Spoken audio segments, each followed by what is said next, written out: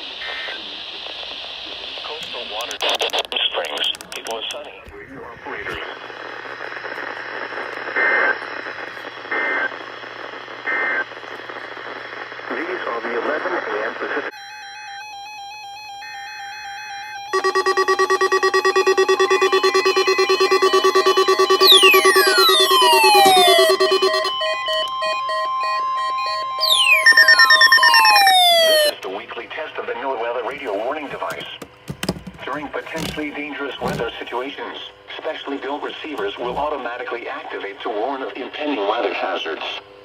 The weekly test of the NOAA Weather Radio Warning Alarm will normally be conducted by the National Weather Service on every Wednesday between 11 a.m. and noon. If severe weather is occurring or possible, the test will be postponed to the next good weather day.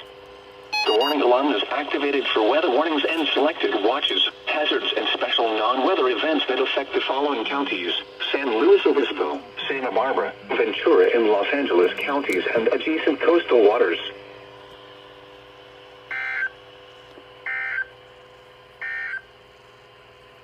The surf forecast for the Los Angeles County beach